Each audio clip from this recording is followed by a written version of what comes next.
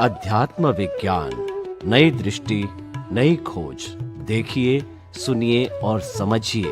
अध्यात्म विज्ञानी पूज्य स्वामी श्री कमलेशानंद जी के निर्देशन में सनातन सत्य का अनुसंधान कर जीवन को प्रकाशित करें। अभी चार मुख्य गुण जो है आत्मा के, मुख्य चार गुण है: अनंत ज्ञान, अनंत दर्शन, अनंत सुख और अनंत शक्ति। ये चार मुख्य गुण है। ये मुख्य जो गुण है वो शाश्वत गुण है, वो क्रियान्वित गुण नहीं है, अन्वय गुण है। क्रियान्वित गुण का मतलब होता है वो एक्शन में आता है, दिखता है, आम लोग भी अनुभव करते हैं। अन्वय गुण और शाश्वत गुण का मतलब होता है इनबिल्ट एंड परमानेंट। वो कभी आता जाता नहीं है और फिजिकल फॉर्म में दिखता भी नहीं है। तो ये गुण कैसे हैं?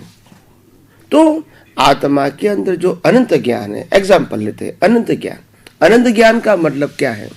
दुनिया के सभी ज्ञानों का टोटल वो अनंत ज्ञान नहीं है। अनंत ज्ञान शब्द क्वालिटी वाचक है, क्वांटिटी वाचक नहीं है। तो क्वालिटी और क्वांटिटी में डिफरेंस क्या है? क्वांटिटी का मतलब होता है मल्टीपल, और क्वांटिटी वाला हर सब्जेक्ट का ज्ञान, इसको अनंत ज्ञान, इसको कहते हैं ज्ञान, क्वांटिटी। क्वालिटी का मतलब होता है दुनिया के हर ज्ञान जो है, हर प्रकार का जो ज्ञान है, शाब्दिक ज्ञान कहो, शास्त्रीय ज्ञान कहो, शब्दों का और क्रिया का ज्ञान कहो, साधनों का ज्ञान कहो, संयोगों का ज्ञान कहो, ये सब ज्ञान जो है ये क्वांटिटी वाला ज्ञान है। मगर ये क्वांटिटी वाला ज्ञान मेरे को आकर्षित नहीं कर सके, मेरे स्थिरता को हिला नहीं सके। ऐसा मैं खुद ही अनंत ज्ञान वाला हूं। मगर वो ज्ञान कैसा है? वो क्वालिटी है, क्वांटिटी नहीं है। कई लोगों को ये बात समझने में दिक्कत आती है कि what is the difference between quality and quantity. तो मैं आपको एक उदाहरण से समझाऊंगा। जैसे हम कैमरा होता है, तो कैमरा के अंदर पहले जमाने में रोल आता था कोडक का। वो रोल के अंदर पिक्चर लेते थे, तो वो रोल आता था 16 का, 32 का, 64 का, ऐसा रोल आता था। तो जैसे 32 का रोल है तो आप एक पिक्चर लोगे, फिर 2 पिक्चर लोगे, फिर 3 पिक्चर लोगे, तो मैक्सिमम कितना लोगे? 32 लेंगे। तो 32 पिक्चर ले सकते हैं रोल के अंदर। इसको कहते हैं क्वांटिटी। क्या बोलते हैं? क्वांटिटी। तो दुनिया के जितने भी ज्ञान है वो क्वांटिटी वाचक है। मगर आत्मा में क्वालिटी है। तो क्वालिटी का मतलब होता है, ये स्थूल एग्जाम्पल के अंदर जब मिरर होता है और मिरर में अनंत प्रतिबिंब होते हैं, तो भी वो मिरर हाउसफुल नहीं होता है, क्योंकि वो क्वालिटी वाचक है। क्वांटिटी में फुल हो जाता है, क्वालिटी में फुल नहीं होता है। अनलिमिटेड पिक्चर, क्या बताया? Unlimited picture. और कभी हाउसफुल नहीं होगा। मगर क्वांटिटी में क्या हो जाता है? काउंट करते करते धीरे धीरे फुल हो जाएगा, क्योंकि उसकी लिमिट है। तो इसीलिए आत्मा के अंदर अनंत ज्ञान का मतलब होता है दुनिया के कोई भी प्रकार के रिलेटिव सत्य के ज्ञान को अगर ओपन करना है तो वो कर सकते हैं। मगर उनके अंदर ये ज्ञान का प्रभाव नहीं है, क्योंकि वो खुद ही अनंत ज्ञान वाला है। तो उसकी खुद की क्वालिटी ऐसी है कि विनाशी ज्ञान इसको प्रभावित नहीं करे, अवस्था का ज्ञान इसको प्रभावित नहीं करे, रिलेटिव सत्य का ज्ञान इसको प्रभावित नहीं करे। ऐसा मूल अनंत ज्ञान उसके अंदर है। तो ज्ञान वो क्वालिटी वाचक होने के नाते कितने भी ज्ञान आते जाते रहेंगे, इसको कोई फर्क नहीं होगा। ऐसे ही अनंत दर्शन है। अनंत दर्शन का मतलब होता है ये जो दुनिया जो चल रही है उसमें सबकी मान्यता संजोगों के अधीन अलग अलग है। कैसे अलग अलग है? कि ये मैंने बनाया, ये मेरा है, ये तेरा है, ये मैंने किया। इस सब की अलग अलग मान्यता संजोगों में होती है। तो संजोगों में सब व्यक्तियों के साथ और सब संजोगों के अंदर और सब साधनों के अंदर मान्यता अलग अलग हो सकती है। जैसे मकान का मैं मालिक हूँ, दूसरा कहेगा मैं आपका गेस्ट हूँ, तीसरा कहेगा कि ये कार मेरी है, आप कहेंगे साइकिल मेरी है। तो अवस्था अलग अलग हो सकती है, मगर ये जो ज्ञान है वो तो लिमिटेड ज्ञान है, दर्शन है मगर लिमिटेड ज्ञान है। अवस्था का ज्ञान का मतलब दर्शन है, मगर आपको जो ज्ञान है वो लिमिटेड ज्ञान है। तो इसीलिए इसको मिथ्या दर्शन कहा या तो व्यवहार दर्शन कहा। क्या कहा? व्यवहार दर्शन, मिथ्या दर्शन। हाँ, तो भी उसमें सनातन दर्शन क्या है? तो सनातन दर्शन ये है कि मन वचन काया की अवस्था मात्र कुदरती रचना है, तो वो सनातन दर्शन हो गया। फिर अवस्था का ज्ञान जानने की जरूरत नहीं है। एक ही टाइटल, कुदरती रचना, फिर नो डिटेलिंग ऑफ एनी अवस्था। अगर अवस्था में चले गए, they create the so many confusion in your life. मगर अवस्था को स्टैंडर्ड फॉर्म में देखा, सनातन सत्य के फॉर्म में देखा, कुदरती रचना, तो फिर पजल ही नहीं। तो पजल को मिटाने के लिए अनंत ज्ञान मतलब अनंत दर्शन चाहिए। अनंत दर्शन होगा तो दुनिया का कोई पजल आपको पजल स्वरूप लगेगा नहीं, सिर्फ हिसाब आएगा और चला जाएगा, मगर पजल नहीं रहेगा, क्योंकि आप हर हिसाब को क्या देखते हैं? कुदरती रचना। तो फिर वो पजल नहीं है, आया भी अपनी हिसाब से है और जाएगा भी हिसाब से। व्यक्ति कहो, वस्तु कहो, लक्ष्मी कहो, साधन कहो, संपत्ति कहो, सत्ता कहो, वो भी आएगा जाएगा हिसाब से। तो इसमें मेरे को कंफ्यूज होने की जरूरत ज्ञाता दृष्टा रहेगा। तो ज्ञाता दृष्टा का मतलब कैसे रहेंगे?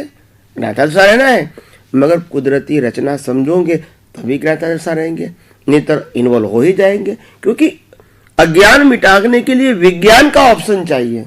तो विज्ञान सैद्धांतिक ज्ञान आपके पास होगा तभी वो अज्ञान मिटेगा। आप समझे ना? तो ज्ञाता दृष्टा बोलने से ज्ञान दृष्टा नहीं होगा, क्योंकि वो ऑप्शन नहीं है। तो ज्ञाता दृष्टा को समझना पड़ेगा कि शुद्ध ज्ञान और शुद्ध दर्शन, मैं कौन हूं वो शुद्ध ज्ञान है, ये मन वचन काया की अवस्था मात्र कुदरती रचना है वो शुद्ध दर्शन है। तो ये दर्शन रहेगा तो अपने आप रिलेटिव दर्शन की अज्ञानता चली जाएगी। हिसाब तो पूरा होगा ही, मगर अज्ञानता निकलेगा। ये आपका मतलब है केवल दर्शन। फिर कहता है कि अनंत ज्ञान अनंत दर्शन, फिर अनंत सुख बोलते हैं। तो हम क्या कहते हैं कि मैं अनंत सुख वाला हूं, मगर मेरा सुख कहां से आता है? आम इंसान का सुख तो 5 इंद्रियों के माध्यम से अवस्था में से आता है, व्यक्ति में से भी आता है, साधन में से भी आता है, अवस्था में से भी आता है, संजोग में से भी आता है। तो वो तो आएगा उनको सुख। मगर मैं कहता हूं कि मैं आत्मा में अनंत सुख है, तो कैसे? वो कहां से आता है? प्रकृति का सुख तो साधन, संपत्ति, संबंध और अवस्था में आता है और मिलता है, अनुभव भी होता है। आत्मा का अनंत सुख कैसा है? तो कहने का मतलब यह है, आत्मा का अनंत सुख अवस्था के रूप में नहीं है, विनाशी के रूप में नहीं है, मान्यता के रूप में भी नहीं है। मेरा जो अनंत सुख है वो मेरा स्वभाव है, मगर स्वभाव के साथ अज्ञानता होने के नाते विनाशी सुख सुख लगता है। अगर मैं स्वभाव में रहूंगा तो विनाशी सुख भी नहीं लगेगा, दुख भी नहीं लगेगा, सिर्फ हिसाब, सिर्फ कुदरती रचना। मगर मैं अविनाशी सुख को, शाश्वत सुख को नहीं मानूंगा और विनाशी अवस्था में जुड़ जाऊंगा तो टेम्पररी सुख दुख का अनुभव होगा। तो ये अज्ञानता की वजह से है। क्या है? अज्ञान। मगर मेरे अंदर अज्ञानता नहीं है, इसीलिए मैं शाश्वत सुख वाला हूं। मेरी हाजिरी में ही विनाशी सुखों का अनुभव होता है, क्योंकि मैं सुख वाला हूं। मगर मेरी हाजिरी में विनाशी सुख का अनुभव होता है क्योंकि बिलीफ है, मगर वास्तव में मेरे पास शाश्वत सुख है, इसीलिए टेम्पररी सुख का अनुभव होता है। अगर मैं ही नहीं हूं तो विनाशी सुख का भी अनुभव।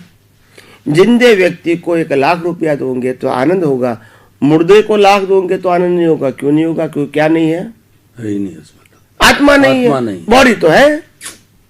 तो अगर बॉडी से सुख मिलता है तो बॉडी तो है, मगर आत्मा नहीं है। तो आत्मा नहीं है तो अज्ञान भी नहीं है, और अज्ञान नहीं है तो अज्ञान की अनुभूति भी नहीं है। मगर आत्मा है और अज्ञान है तो अज्ञान की अनुभूति है। आत्मा है, अज्ञान नहीं है तो विज्ञान की अनुभूति है। विज्ञान का मतलब होता है अनंत सुख, अज्ञान का मतलब होता है लौकिक सुख। तो फिर बात आ गई अज्ञान और विज्ञान की। तो ये बात समझना है तो आत्मा में तो अनंत अनंत सुख है। फिर अनंत शक्ति का मतलब क्वांटिटी नहीं क्वालिटी। दुनिया की जितनी शक्तियां है विनाशी, वो सब टेम्पररी है, आती है और जाती है। मगर आत्मा की जो शक्ति है वो शाश्वत शक्ति है। क्या है? शाश्वत। वो कभी आती जाती नहीं है।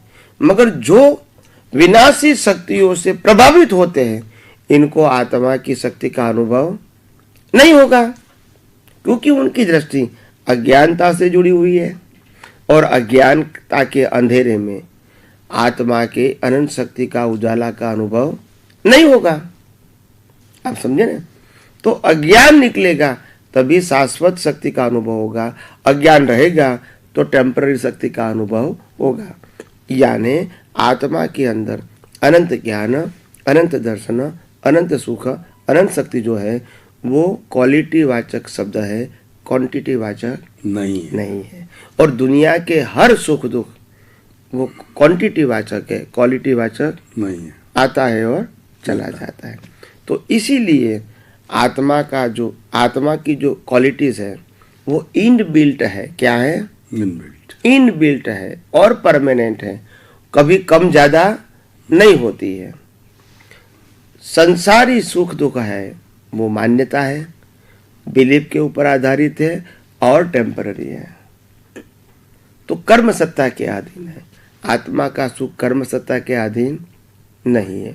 ज्ञान, दर्शन, सुख और शक्ति वो कर्म सत्ता के अधीन नहीं है, वो इनबिल्ट नेचर है। क्या है? इनबिल्ट नेचर ऑफ द और सोल। हाँ, तो इसीलिए कहते कि आत्मा की हर शक्तियाँ जो है वो शाश्वत है।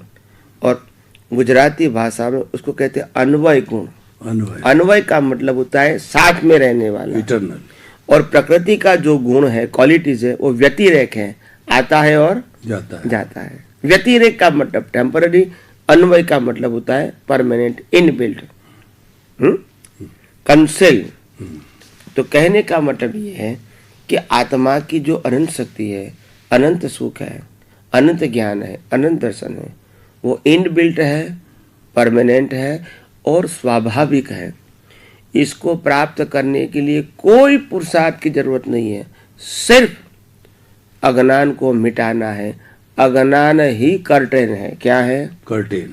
मन वचन काया कर्टेन नहीं है, कर्मों की भुगतान कर्टेन नहीं है, जन्म मरण कर्टेन नहीं है, कर्टेन सिर्फ है इग्नोरेंस से। क्या है? इग्नोरेंस, अज्ञान। अज्ञान मिट गया, फिर महावीर को कान में खिला लगाएगा, फिर भी राग द्वेष नहीं हो, क्योंकि राग द्वेष करने वाला नहीं है ना। बंगला, महल, पत्नी सब छोड़ दिया, फिर भी राग द्वेष नहीं हुआ क्योंकि अज्ञान नहीं है। शरीर चला गया, फिर भी राग द्वेष नहीं, अज्ञान नहीं है। संपत्ति चली गई, फिर भी राग द्वेष नहीं हुआ, अज्ञान नहीं है। यानी हर संसार की जड़ क्या है? अज्ञान। और निकालना क्या है? अज्ञान। अगर मोक्ष में जाना है अज्ञान तो और कोई रास्ता नहीं है। कोई चमत्कार, कृपा, ब्लेसिंग ऐसा नहीं है। सिर्फ अनुभवी ज्ञानी पुरुष का ब्लेसिंग आपको मॉरल सपोर्ट में काम आता है। किसमें आता है? Moral support. वो कोई चमत्कार कर नहीं सकते क्योंकि उनका मनोचन काया भी कुदरती रचना के अधीन है। महावीर, कृष्ण और राम का भी मनोचन काया कुदरती रचना के अधीन था, मगर उसकी कृपा वो मॉरल सपोर्ट में काम आती है। किसमें आती है? वो भी उदय कर्म के अधीन। दोनों में से कोई स्वतंत्र नहीं है। सिर्फ ये अनुभव होने के नाते उनका जो सपोर्ट मिलता है वो हमको आगे बढ़ने में हेल्पफुल होता है। क्या होता है? हेल्पफुल। इसको मॉरल सपोर्ट बोलते हैं। क्या बोलते हैं? Moral support. वो अवस्था को परिवर्तित नहीं कर सकते। रामकृष्ण महावीर खुद की अवस्था को परिवर्तित नहीं कर सके तो दूसरे को कैसे कर सकेंगे? यानी ऐसी अज्ञानता की जरूरत नहीं है। तो ये विज्ञान को जैसे जैसे समझोगे तो मालूम होगा कि आत्मा की हर क्वालिटी परमानेंट है, प्रकृति की हर क्वालिटी टेम्पररी है, और टेम्पररी से टेम्पररी का अनुभव होगा और परमानेंट से परमानेंट का अनुभव होगा। स्वामी जी बहुत बहुत धन्यवाद आत्मिक गुणों का सरल रूप से व्याख्या करने के लिए। अब समय की अल्पता को देखते हुए हम श्रोतागण को ये बताना चाहेंगे कि हमारा सत्संग बहुत सुचारू रूप से और आनंदमय तरीके से चल रहा है, वो इस बात का परिचायक है कि आप बराबर एकाग्रता से स्वामी जी को सुन रहे हैं और सब चीज़ों को हृदयंगम आत्मसात कर रहे हैं, आपको आनंद आ रहा है। ये आनंद की अनुभूति ही जो सनातन सत्य और कुदरत के कानून का मुख्य जो उद्देश्य है कि आप आनंद से सरोबार हो जाएं, इसीलिए यह सारी अनुभव वाणी हमारे कारगर हो रही है। आप हमारे साथ जुड़े रहिए और आपकी जो भी समस्या है, जो भी आपका प्रश्न है, वो आप हमें भेजिए। उसका उपयुक्त रूप से सनातन सत्य कुदरत का कानून और अल्टीमेट ट्रुथ के सिद्धांतों के माध्यम से आपको सब चीज़ का समाधान मिलेगा। आपके प्रति बहुत धन्यवाद, कृतज्ञता स्वामी जी, आपके प्रति कृतज्ञता, धन्यवाद। जय सच्चिदानंद।